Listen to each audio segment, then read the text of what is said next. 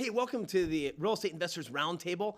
I'm Rob the House Guy, and I'm really excited about this new platform we have going here. This is going to be a raw, unfiltered interview platform with real estate investors that are actually doing the business right now. And I'm really excited because this is something that when I got started over 20 years ago did not exist. And I had to fumble my way through a lot of things. And this is hopefully going to help take you to the next level just by watching all of our trials and triumphs that we've all had to go through. So today, I have a couple rehabbers here, and these guys are fantastic. They are actually a couple in real life and business partners in the business as well. And we have Adam Macpherson, which is very Scottish from what I am told here, and Jenna Hoover. Welcome, guys. Thanks for having us. Thanks. All right, so I'm sure some of you may know these folks. They have had a little bout with like a reality show, and they were on TV flipping houses, but that's really not what they're all about. They do this in real life as well. Tell us a little bit about yourselves. So we do this full time. So my background wasn't actually in real estate. I was in the medical field for about 7 years, then got into real estate, was always what I wanted to do, and did this for about 6 years. I met Adam, how long ago? What, 4 or 5 years ago? 5 years ago. 6 years ago. And so I was doing this full-time by myself as a sole proprietor in Pennsylvania. Adam was based out of Kansas, and then he moved to Pennsylvania, so we started doing this. And we started out just mainly focusing on rehabbing and then got into the rental market. Awesome. Well, today's show, we're going to be talking all about leads and lead management, because it doesn't matter what you're doing with the house once you get it. You have to be able to get the house. So what do you guys do in your main business here to bring the leads in to find these deals? Are you doing on-market stuff? We do different type of marketing. We do some direct mail. We do Bandit signs. We get a lot of our leads based on referrals. And then, since you're an agent, you're able to, find different leads that are... Yeah, so searching on market stuff is definitely an option. In our market, it's very easy to go out and pick through things and see things that need work. That's more of a rehabber style property, but I mean, like she said, there are lots of things, lots of different avenues that we use to get properties.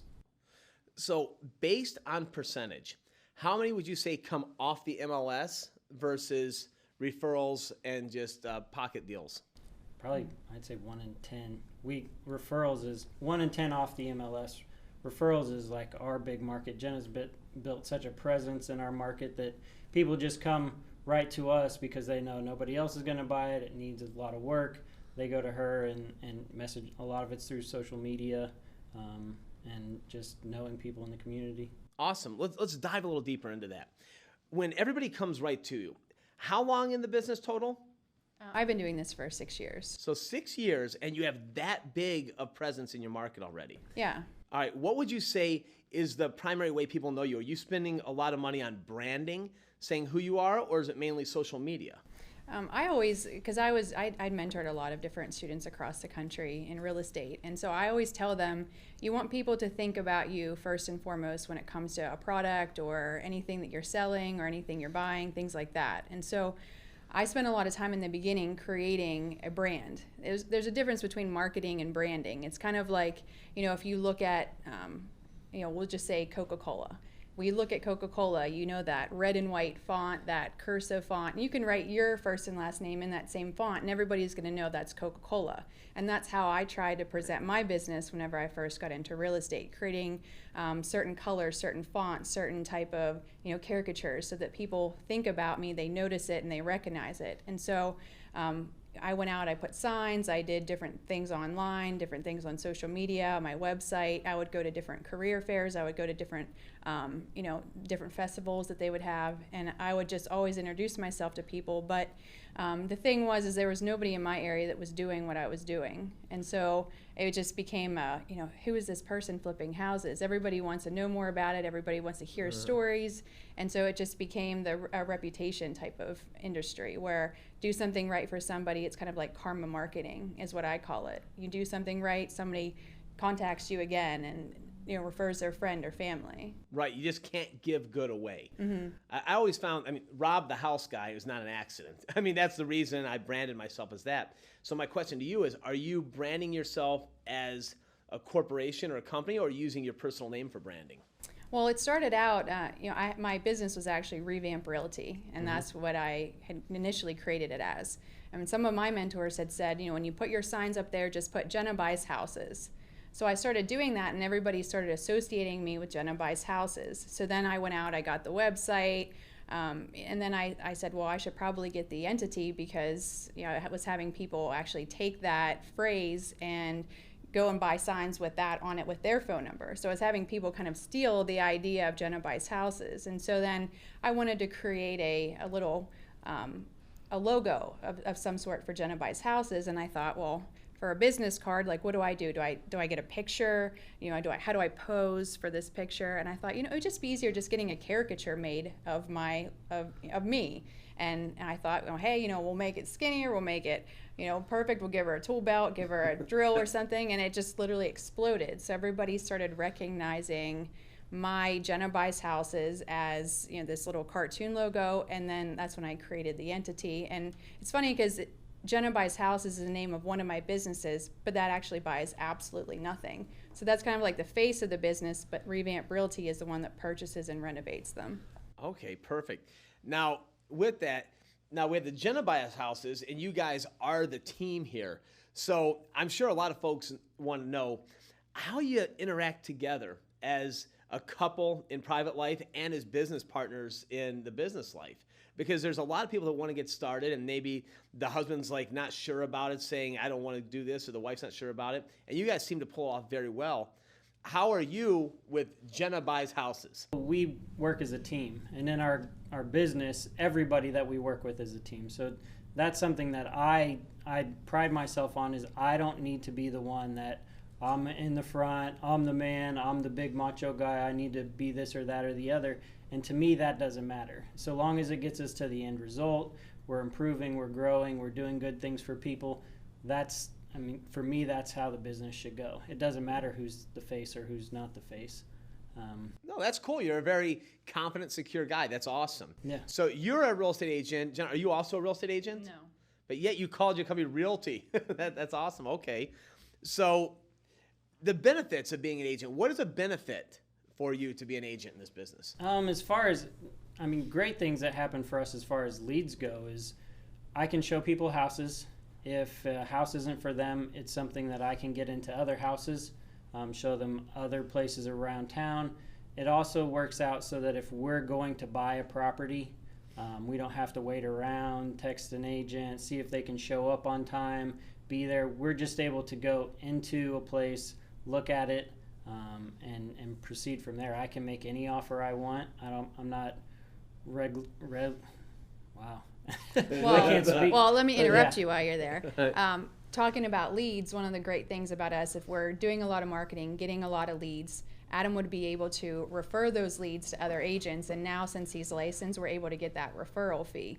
Also, if somebody contacts us, one of our leads, and they're able to say, hey, I have a house for sale. If I can't buy it as a rehabber because it's retail price range, Adam can potentially list that property if he wants to list it, and then get that agent commission. So there's a lot of benefits with him having his license. If he lists one of my properties that I go to sell, then the agent commission stays here with us.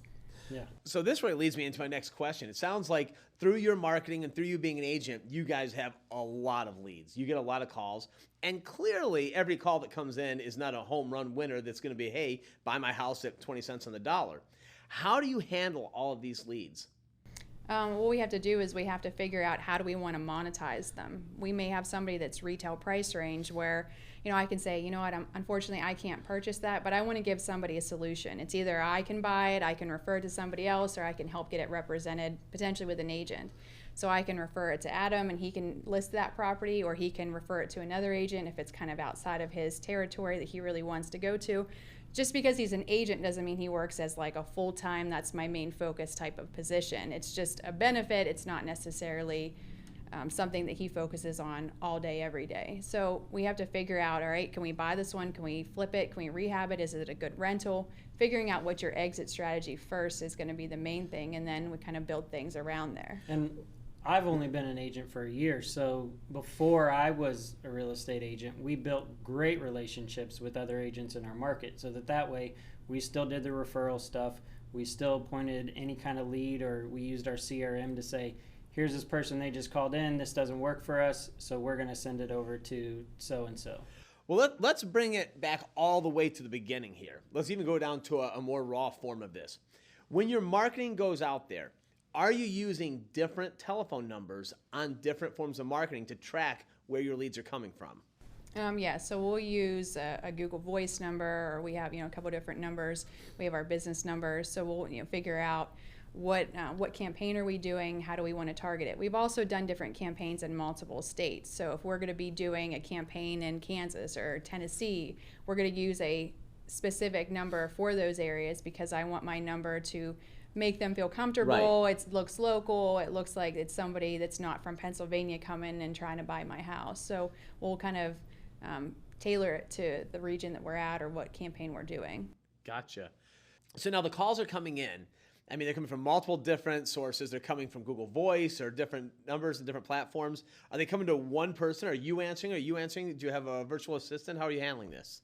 So what we do is we can answer them, or we also have our virtual assistant that's going to answer the calls. And so what she does, she answers the calls, she plugs it into our Realeflow account so that we can document all of our leads, we can capture them all, and then she's going to ask them the specific questions about their property, all the things that I would typically ask or Adam would typically ask, but the highest and best use of our time is not going to be answering calls all day. And then she's going to scrub it down and kind of put notes on there, tag us on our Realeflow account, letting us know, here's who I talked to. This one is probably one of your higher priority type of leads. Well, that is the great thing about modern technology. I mean, when I got started back in the mid-90s, we literally had a roll paper fax machine, no internet, no emails. I mean, we paid by the minute on our telephones. And now using like Realeflow and different CRMs, it's all web-based. So if they're putting information in halfway around the globe, it's popping in real time right here on your screen, so you can see what to prioritize or what you can't. So from what I hear, you guys had this set up as like a real business that you're the surgeons. So basically the whole OR is all prepped, everything's ready, and you're walking in now and you're ready to do business. Yeah, and talking about leads, a big problem with people is that they'll go out, new investors, they'll put signs up, they'll send letters out, the phone starts ringing, they start answering some of the calls, but then a couple weeks into it, they're so busy with all these other things, they can't get to the calls. And so that's where you lose a lot of your opportunities, a lot of your business, a lot of your follow-up, is that you don't have somebody that's in place to be able to kind of tag team, you hand it off to that person. And Adam is really savvy when it came to figuring out who do we hire, how do we figure out the right person, the right fit for us. And so he was really knowledgeable and kind of took that step and made it happen for us. And the big thing for us was we figured it out to start with. We did it ourselves, and then we were able to transition that over to a VA. So for us, to bring somebody on to take the time to do the things that weren't the highest and best use of our time, that's where we transitioned. It wasn't always that way. We started out doing the hard, dirty work, figured it out, implemented a system, and then moved on from there. See, I couldn't agree more, because I know you guys probably have the same thing I have. Because we buy a lot of properties in a market, you just get inundated with all the postcards and all the letters and everything all the time they're coming to you. And then I'll take the time to call these people back. I would say 90% of them I can't get a hold of. They won't call me back. Numbers are disconnected. And if they had some forward thinking to have a VA or someone that was designated, then it might be a little bit different. They could actually have taken my call, maybe bought a house from me. Yeah, and it's fun to kind of play that role, because I have a piece of property that I own free and clear, and I've gotten different postcards from other investors. And so I'll kind of pretend like I'm the person that wants to sell my free and clear piece of property, and I call them and they don't respond to me. I'll call them again, I leave them messages, and I'll say all the right things like, oh, I don't even know what it's worth, I just want to get rid of it, and they still don't even call me back. So if you have 5 different investors in an area and at least 4 of them are doing that way, it's really like shooting fish in a barrel. As long as you're able to answer your phone call, you're going to get that deal. Exactly. Now, this is going to bring me up to my next point. I find, and I'm sure you do as well, that one phone call is not enough. There's got to be a follow-up sequence. I mean, just because you called me and I called you back, that's just the beginning of the relationship for trying to buy this house and building. What do you do for your follow-ups, and how many times are you touching the average seller to try to put a deal together? Well, before you answer this, before Adam moved up here, my follow-up was like a sticky note and, a piece of paper and, a back of a business card. And kind of what you had asked earlier about like, how do we work together? How do we mesh? How is he okay to not be the forefront? Where I stop in business, that's where he starts. And then the other way around. Like what he loves, I hate, and what I hate, he loves. That's how it works with us. So I'm disorganized. I hate Excel. I hate tracking anything. And Adam is just fabulous when it comes to that type of stuff. So, you can kind of talk a little bit about how we... The fortune is definitely in the follow-up. I mean, if you could go in and just buy somebody's rehab house on the first time you go in there, more power to you. But making a relationship with these people, prioritizing it, you got to weed out the people that are just there to want to talk to you and really aren't about taking action, or to a point where they want to move on a property. So you got to put it somewhere that you can keep track of it, that it doesn't get lost in your stack of papers on your desk, or because a lot of times, like, we've gotten to a point where we had an on-market property. I believe it was on market, and we went out to see it. First time we saw it, the guy was going to meet us down there. He was from 4 hours away. He said, yeah, just go ahead and take a look inside. This is a hoarder house, hole in the roof. Like, we're looking at this thing like, oh my, and it's in a great neighborhood. And she's out in the car with the kids, and I peek my head in the door and I see this guy laying under a blanket. He'd already been evicted. He went back into the house and squatted. So we call the owners and we're like, hey, I think the guy's still in there. They're like, no way. And so we're like, well, I'm just going to leave because I don't know what he's doing in there. He's obviously not supposed to be there. So Jenna follows back up. We end up getting an appointment with the guys. They come out. We're looking at it. We make an offer. And they kind of laughed at us, said, oh, your offer's way too low. We'll put it on the market. We'll get way more than that. Yeah, so my offer was like $44,000 on it. He's like, no. They put it on the market for like what? Wasn't it like? It was like close to 90, I think. Yeah, 98 or 90 couple thousand. And so go ahead and tell. Yeah. So he laughs us off and says, no way, we'll be able to get more. So Jenna put it in the CRM. We follow up. She follows up later to see what happened on the market, and she saw that it sold. And then she checks the price, and it sold for less than what we offered. It was in the 30s. And so I contacted him, and I said, my offer was in the 40 couple range. He's like, well, I thought you wanted us to leave all the stuff in the house. I said, why would I want all that garbage? So kind of on the reverse end of it, his problem is that he probably didn't have a follow-up system or any way to document what people's offers were or any way to capture my information. So when they got to that desperate point of like, let's just take any offer, he couldn't remember who I was, probably my number, my phone number or the number we offered. Had he had a way to capture that, he would have been able to get probably $10,000 more. And that was 6 months before that. This is a great takeaway point right here, because literally the exact thing happened to me yesterday. I had a house offered to me that I was negotiating with the person before, and I had offered them $45,000. They were stuck at $52,000, and I had another guy bring it back and offer to me at $58,000, and I laughed. I said, well, how much did you pay for these? Well, I got it for $40,000.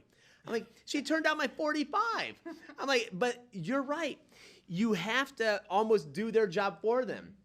So how can you create a follow-up system for them to follow up with you? I think that's where you need to be touching them more frequently, saying, hey, remember my offer? Here's my number. Remember this offer? Mail them, email them, text them, call them. And I think that we can all learn from that, because you should have had that deal and I should have had that deal. Yeah. And because of a hole in our own system. And you use Realeflow as I do as well. And it does that for us if we would just work the system. Yeah. So let me ask you guys a question now. You're talking about doing multiple markets from Pennsylvania, and where else are you mailing to? Kansas, Missouri, Tennessee. Okay, all these different places. I'm just a Cleveland guy. I do all my Northeast. Maybe we should come to Cleveland now. I welcome you. I welcome you to Cleveland. So, big markets versus the smaller markets. What's the difference? What are you guys finding when you're walking into a town like Cleveland that is a hotbed for investors right now versus those little podunk towns out there? What's the difference? What do you find? you were kind of the inspiration of why we started picking other areas. So the large versus the small markets. In our market, we really evaluated what the top end of it was. And so we looked at, we're pretty much, if you go into a bigger market, your after repair value is going to be higher, but you're still putting in the same amount of work because the houses are still built around the same time. They take the same amount of time to finish them. So we went and started looking into bigger markets where we could get 200 plus for a house, but you're still, when you're getting your leads, you're marketing for people that are on the lower end of the spectrum as far as purchase. We don't mind doing the dirty work or hiring out the dirty work, but at the end of the day, if we can get a bigger spread because we're in a different market and we took the time to learn and evaluate what's going on there, that's not to say you can't goof up and buy in an area that's going to cause you huge issues, and you said, well, this side of the road sold for $220, and then I just bought in the 100 neighborhood and I overpaid, and now I've just got to eliminate it. So I mean, learning your market, using different tools that are available to you is so important, and things like that. I mean, that's why we branched out to different areas. Awesome. I tell you, when doing different markets, I commend you guys for being able to handle more than one market, because I was overseas speaking on American real estate here in Cleveland, and you get a lot of the people that live out of town that think they can compete with a local that's been doing it forever. And I'm like, if you're going down I-90 heading east and you get off on Eddy Road, if you make a left, you're in Bracknell in a multi-million-dollar neighborhood. You make a right, you're in East Cleveland. But on Zillow, a mile away, you're like, look, houses are selling for $1 million, and I can buy this one for $3,000. It seems like a great deal. Yeah. And that's really, when you can master that like you guys have, that's where the money shot is. Like, you guys can really crush it in a market. Yeah.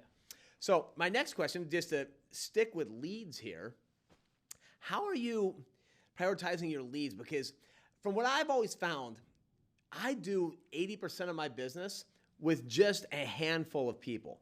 And yet I have thousands of people in my systems that are leads. How do you guys prioritize and deal with that? What we're going to do is try to figure out what is our main focus at that point. So for example, if we sit down in the beginning of the year and we say, here are our goals for the year, because we're going to sit down in the beginning and then we'll talk quarterly, monthly, weekly. We want to make sure that we're hitting our goals. So 2 years ago, our main focus was getting a bunch of rental properties because we wanted to have that consistent cash flow every single month. So our goal was to get 10 properties that year, which we ended up getting 15 properties. So we went above and beyond, which was great. But what we're going to do is the leads that are coming in, we're looking more towards those move-in ready, doesn't need a whole lot of work. We're going to have a certain dollar per door type of evaluation on it. So if that was going to be our goal that year, maybe the year before when our goal was to flip 6 houses or 8 houses, the type of leads coming in are going to be different that time versus what I'm really looking at right now. So it's based on what are we looking for our next rehab? Are we looking for maybe a wholesale? Or are we looking for something where you could list it? So we want to try to monetize any of those leads that are coming in, but we want to figure out what is our goal, what is our exit strategy. Awesome. So off of all the different marketing that you do, what is, if you had to choose one, you had to eliminate everything you're doing except for one method, and it could be Bandit signs, direct mail, MLS, expired, driving for dollars, door hangers, bird dogs, your profile that you have in your neighborhood, there's referrals. What is it? What would you take over everything? That's a tough one. Ooh, yeah. I always love Bandit signs because, you know, the first round of Bandit signs I put 5 up. I had 16 voicemails the next day. The first house I had purchased was from a Bandit sign. My contractors contacted me from my Bandit sign. I ended up getting my lender through my Bandit sign. So it was kind of a surreal moment in my first house, funded by my Bandit sign, rehabbed by my Bandit sign, and I sold it on found somebody on Facebook and sold it in 7 hours. So, I mean, I love Bandit signs, but also I think a lot of our stuff is referral related. Social. Okay, now that you've said all of that, I'm going to ask you the question about the Bandit signs. If you're like me, I find we make this joke here, my friends and I, you find something that works really, really well, and it's awesome, and you knock it out of the park. Well, that clearly worked pretty well. Let's try this now. And you get away from that. Are you one of those people, or right now, are you crushing it with Bandit signs, and still hanging 100, 200 of them up a week. We're not hanging 100, 200. A lot of our signs are, we can put them in a property. So if we're rehabbing a house, we're going to put them in that front yard. We also buy like a 4x6 size banner that's our logo, the same phone number, the same website, the same color, the same font, all those type of things, and we put those on our properties. So those help a lot. So we still will put them, you just want to make sure that you're mindful of all the codes in your area, because when I first started there was no codes. Now it's 5 days that your signs are allowed to be up. So we have to be a little strategic on making sure that we follow the rules, whether they're in the ground or in a telephone pole. We still put our signs up. We don't have to put them up as heavily as we used to, because a lot of times we've made such a name in our area that if somebody wants to sell their house, they don't need the sign to drive by to say, who's that girl that flips houses? They just know to find me. They'll know my name. They've seen my sign for 6 years, and they'll automatically go to us. Yeah, and we get calls on houses we haven't even started to market yet saying, hey, I know you guys are doing this house on such and such street. When's it going to be ready? And that's because of the presence of building that in the community. They know where we're at, they know where we're buying, and it's probably, I've even had agents call me and say, hey, I have clients that want to make an offer on this. What did you guys do to remedy this problem that I knew about in the past? And we knew what the answer was to that. And the only reason is because we built a relationship, we talk to the people, we know what's going on in the community, and we stay connected. So that helps us further down the road. Awesome. Now, in modern technology, an old guy like me, I'm still sending guys out there with the slap stapler onto a telephone pole just so I can get to talk to the mayor directly. So how about digital Bandit signs? What do you do with those? You mean like on Craigslist or things like that? Facebook. Yeah, Facebook, doing all the target marketing on Facebook and trying to get leads. Well, I mean, that's something that we really enjoy doing, because if you think about, you talked about like your old school days, even you can even put direct mail sometimes in that category, because we did a lot of direct mail in the past. And so what you do is you get your list of people, you're paying a fee per letter to send out the letter. Well, one of the things that we realized and also learning with Realeflow is that about 80% of the people on your list have Facebook.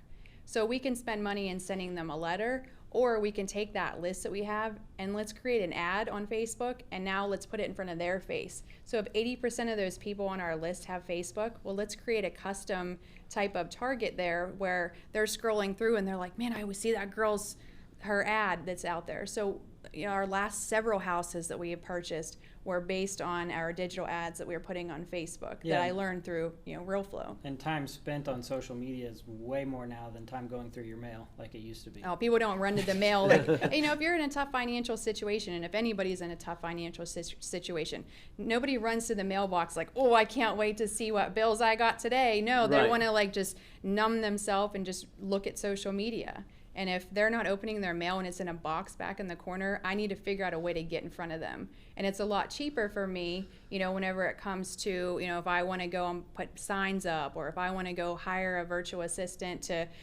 answer all these phone calls or send letters out, I can just hire a virtual assistant to just put some ads out, and then it does it itself. You can just schedule it and it happens.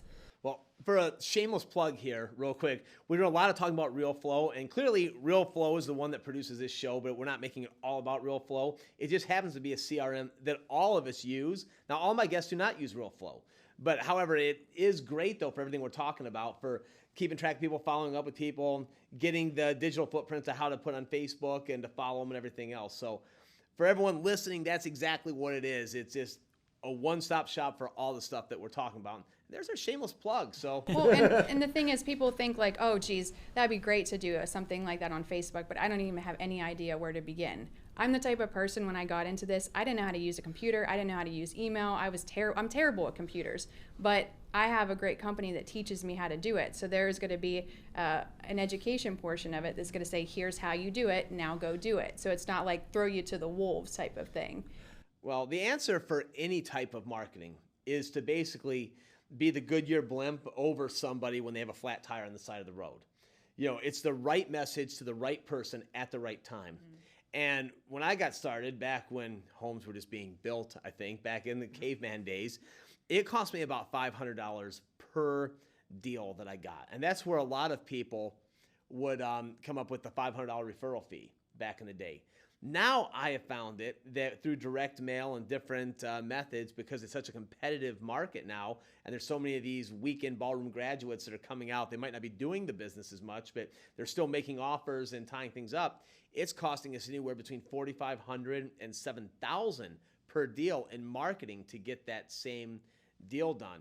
Do you find the same thing, or are you still getting your deals for an average of $500 and I'm just not a great marketer? I was just going to say, do you want me to come out and come out and hang my signs here? Well, it could also be the difference between your prior question, big markets compared to small markets. So your market could be inflated with investors who are going to say, yeah, I'll give you $7,000 more for your house than what you were going to offer, and inflates your purchase price. But I think Jenna had some to add to it. Well, no, I was just going to say, I mean, I don't think that if we look at how much we're spending, I don't think it's quite that much. A lot of it, like I said, is reputation based. A lot of it is, I may have to have it in front of that person one time and they've already heard of me and it was at the right place at the right time. It's also based on, we don't have a whole lot of investor competition where we are. We invest in some of the poorest counties in Pennsylvania, so we have a lot of distressed houses, a lot of motivated sellers, and not a lot of competition. So because of that, it's the perfect storm for us to pretty much have any house that we want. It's just making sure it's the right house. Exactly. That makes complete sense. And I know that when I take in the referral part of my business versus the paid marketing part, that definitely tips the scales to lower my acquisition cost per deal. But if I'm going based off of just paid marketing, that's when the prices do jump up. Well, and it's definitely easier to take a referral on an estate than it is to mail a letter to an estate. Oh, absolutely. Well, people deal with people that they know, like, and trust. Right. That's it. Simply put, even if you had the best marketing in the world sent out to someone, or I did, if their neighbor said, oh, my friend buys houses, they're most likely going to get that deal over one of us. Mm-hmm. So, okay, in wrapping this up, the final question is, how has real estate and this business changed your life and given you and your family more freedom? Ooh. How's it changed your life? I mean, not to backtrack a lot, but whenever I first got started in real estate, I was just graduating college, carrying all my debt, not sure what I wanted to do. And I was just kind of like I didn't understand improving yourself and improving your life as a person and as a whole. Doing tough things through real estate has made me a better person. It's gotten me to push through areas of my life that I never thought I'd have to deal with. And looking now at my kids, I have a way to leave a legacy to them. I have a way to give back to my family, give back to my community. And when I go to work every day, I feel like I have more of a purpose than I originally did. I thought I was going to sit behind a desk and do paperwork and now I'm helping people. I'm able to provide freedom for our family. I'm able to work every day and be happy. I'm not saying it doesn't get stressful, because this industry can stress you, but it grows you more than we don't grow if we don't stress. And I truly believe it's the way that we've managed to adapt to the stresses that we've been put under that makes us even better every day. Awesome. Well, I think that if I wouldn't have got into real estate, would have never met Adam, would have never, when I look at my kids, I wouldn't have Asen, and I feel like it's just given us an opportunity to have the financial freedom to where I'm the one that's writing the story now. It's not somebody else that's going to tell me how I'm going to live my life or who I'm going to work for. I'm in control. Gosh, Jenna and Adam, thank you guys so much for being on. It was so insightful. And if there's any takeaways that we can have today, I think one, that real estate has given life to your children. They just would not be here without real estate. So for anyone thinking about getting real estate, you could be stopping life and progression if you don't get into the business, and you might not meet your soulmate. Right, yeah. Now, there were lots of good takeaways with both of you. It was amazing to hear about how you're running different markets, how you're using CRM and just organization beyond just our Post-it note type stuff, that our types of personalities and listening to somebody that's a little more organized can get us into a digital format will work. So, hey, thanks guys for being on. We're going to have you back again. There was just so much stuff to cover. There's no way we could have handled it all in this one episode. You guys who want to catch the next episode coming up, It is going to be about legal wholesaling. We have a couple rock star attorneys that are going to be on here. And I know you've been hearing a lot of things that wholesaling is illegal, you can't do it. Well, these guys are here to set the record straight and tell you how to do it and keep yourself out of trouble. I'm Rob the House Guy, and this has been Real Estate Investing Roundtable. And remember, nothing works unless you do.